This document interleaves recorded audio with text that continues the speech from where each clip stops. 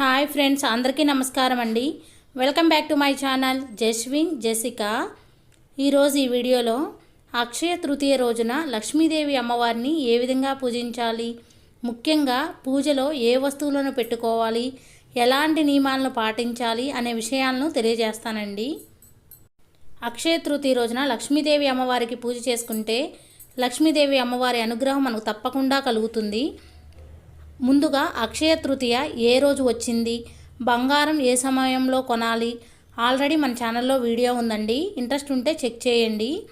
అక్షయ తృతీయ రోజు లక్ష్మీదేవి అమ్మవారిని పూజిస్తే ఎప్పటికీ తరగని అష్ట ఐశ్వర్యాలు చేకూరుతాయి. అమ్మవారి దయ వలన మనం జీవితాంతం కూడా హ్యాపీగా, సంతోషంగా, సుఖ సంతోషాలతో ఆనందంగా ఉంటాము. ధనధాన్యాలకు, సిరి సంపదలకు లోటు లేకుండా ఉంటాము. లక్ష్మీదేవి అమ్మవారి అనుగ్రహంతో ఆరోగ్యంతో ఉంటాం. అందుకే తప్పకుండా అక్షయ తృతీయ రోజున లక్ష్మీదేవి అమ్మవారిని పూజించాలి.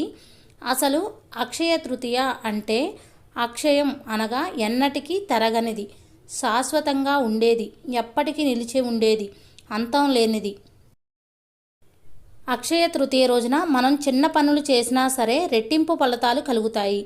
అయితే అక్షయ తృతీయ రోజున ఉదయాన్నే లేచి తలస్నానం చేసి ఇళ్ళన్నీ శుభ్రం చేసుకొని గుమ్మంలో రంగురంగుల ముగ్గులతో అలంకరించుకోవాలి.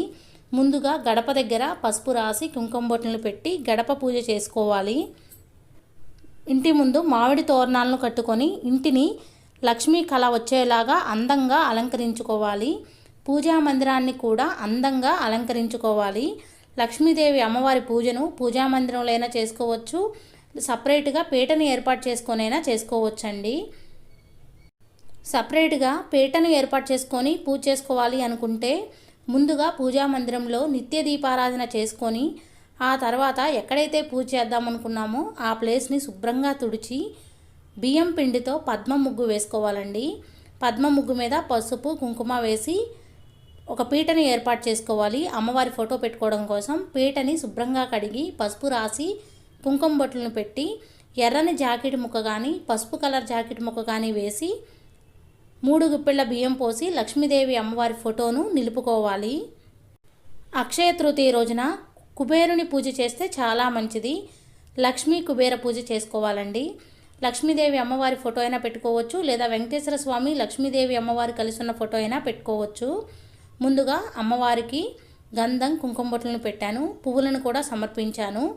అమ్మవారికి కాయిన్స్ హారం వేశానండి. మన వీలును బట్టి మన దగ్గర ఉన్న దండలను వేసుకోవచ్చు. అక్షయ తృతీయ రోజున బంగారం కొంటే చాలా మంచిది. బంగారం కొని అమ్మవారి పూజలో పెట్టుకోవడం వలన ఆ లక్ష్మీదేవి అమ్మవారు మన ఇంట్లో తిష్ట వేసుకొని కూర్చుంటుంది అని అంటారు.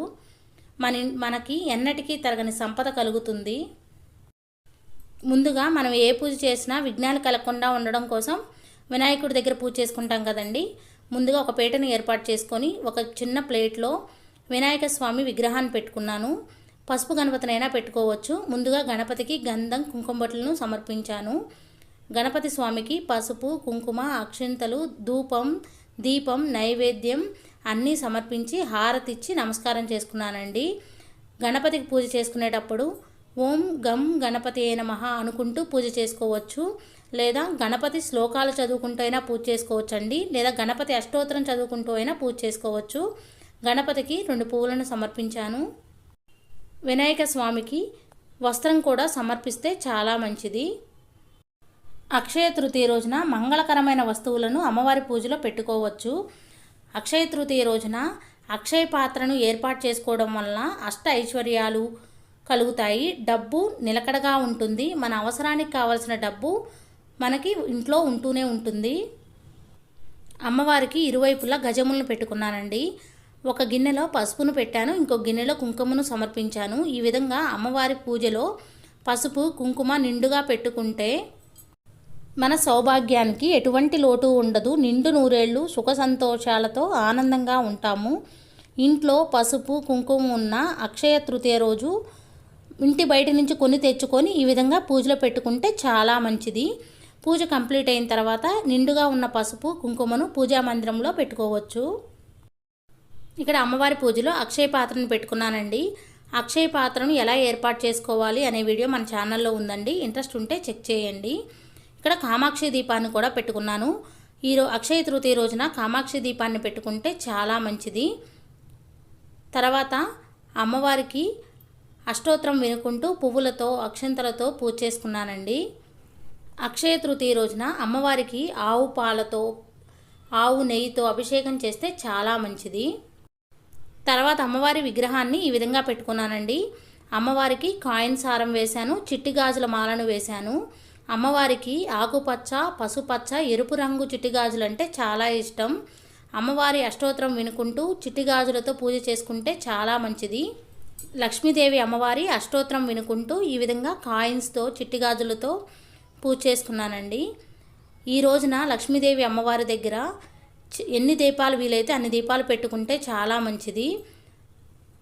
అక్షయ తృతీయ రోజున కుబేరుడికి కూడా పూజ చేస్తే చాలా మంచిది. తప్పకుండా కుబేర స్వామికి నమస్కారం చేసుకోవాలి. నా దగ్గర కుబేరుడి విగ్రహం ఉంటే పెట్టుకున్నానండి. అక్షయ తృతీయ రోజున కుబేర కుండలను ఏర్పాటు చేసుకోవాలి. కుబేర కుండల్లో నిండుగా పెట్టుకుంటే చాలా మంచిది.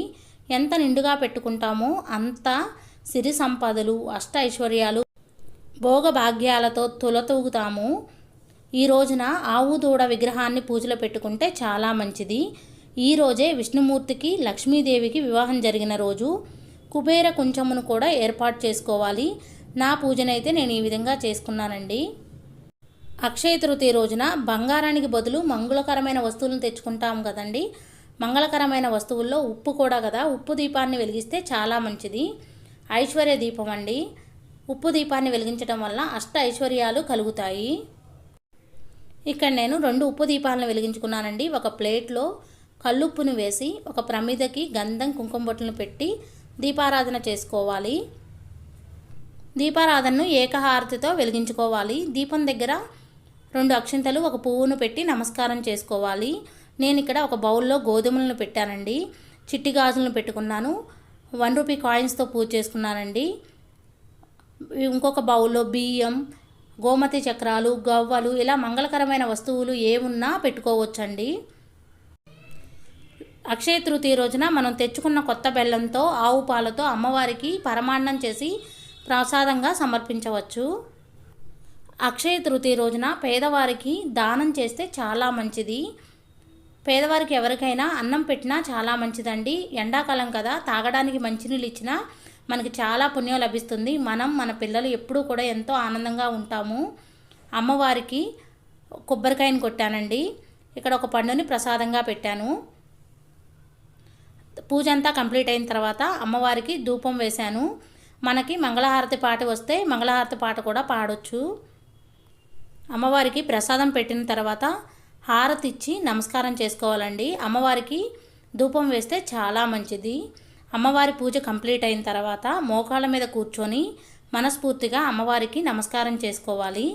తర్వాత అమ్మవారికి ఒక పువ్వు, అక్షింతలను అమ్మవారి పాదాల దగ్గర వేసి నమస్కారం చేసుకోవాలి. సంపదలకి అధిపతి కుబేరుడు కాబట్టి కుబేరుడికి కూడా నమస్కారం చేసుకోవాలి. పూజ కంప్లీట్ అయిన తర్వాత అక్షింతల్ని మన తల మీద వేసుకోవాలి. అమ్మవారికి కుంకుమార్చన చేసుకుంటే చాలా మంచిది. అక్షయ తృతీయ రోజున ఉపవాసం ఉండి పూజ చేసుకుంటే చాలా మంచిది. అక్షయ తృతీయ రోజు పూజను శనివారం రోజైనా చేసుకోవచ్చండి, ఆదివారం పొద్దున్నే అయినా చేసుకోవచ్చు. ఉదయం మొత్తం ఉపవాసం ఉండి శనివారం రోజు సాయంత్రం పూజ చేసుకోవచ్చు. ఆదివారం ఉదయం పూజ చేసుకొని సాయంత్రం ఒంటిపూట భోజనం చేయవచ్చండి. ఈ పూజను ఎవరైనా చేసుకోవచ్చు. అక్షయ తృతీయ రోజున లక్ష్మీదేవి అమ్మవారికి పూజ చేసుకుంటే లక్ష్మీదేవి అనుగ్రహం కలుగుతుంది. తరగని అష్టైశ్వర్యాలు చేకూరుతాయి. అమ్మవారి దగ్గర తాంబూలం పెట్టుకుంటే చాలా మంచిది. మన ఇంటికి ఎవరైనా వస్తే తాంబూలం ఇచ్చినా చాలా మంచిదండి. లక్ష్మీదేవి అమ్మవారికి ముత్యాల హారతి కానీ పంచహారతి కానీ ఇస్తే చాలా మంచిదండి. పంచహారతి అంటే ఈ విధంగా 5 ఒత్తుల్ని ఆవు నెయ్యిలో కానీ నువ్వుల నూనెలో కానీ ముంచి ఈ విధంగా ఏకహారతితో వెలిగించి హారతి ఇవ్వాలి. అలానే లక్ష్మీదేవి అమ్మవారి దగ్గర నేను ఇక్కడ కుబేర కుండల్లో ధాన్యం పెట్టుకున్నాను కదండి. ఈ విధంగా అమ్మవారి దగ్గర ధాన్యం పెట్టుకోవచ్చు. కుబేర కుండల్లో కానీ వెండి గిన్నెల్లో కానీ లేదా కొత్త గిన్నెల్లో కానీ అమ్మవారి దగ్గర పెట్టుకోవచ్చండి. నవధాన్యాలు పెట్టుకుంటే చాలా మంచిది. నేను అమ్మవారిని ఏర్పాటు చేసుకోవడానికి పీటనైతే అందంగా ఈ విధంగా అలంకరించుకుంటానండి. పీటని శుభ్రంగా కడిగి పసుపు రాసి కుంకుమ బొట్లు పెట్టి బియ్యం పిండితో అష్టదళ పద్మ ముగ్గు అయితే వేసుకుంటానండి. అక్షయ తృతీయ రోజున స్టవ్ను కూడా నీట్గా క్లీన్గా కడిగి గంధం కుంకుమ బొట్లు పెట్టి ముగ్గు పెట్టుకోవాలి. మనం అమ్మవారికి పూజ చేసుకునేటప్పుడు ఎప్పుడైనా సరే చేతి నిండా గాజులు వేసుకోవాలండి. ఈ విధంగా ఎరుపు రంగు గాజులు వేసుకుంటే చాలా మంచిది. తెలుసుకున్నారు కదండి, అక్షయ తృతీయ రోజున లక్ష్మీదేవి అమ్మవారికి ఏ విధంగా పూజ చేసుకోవాలి.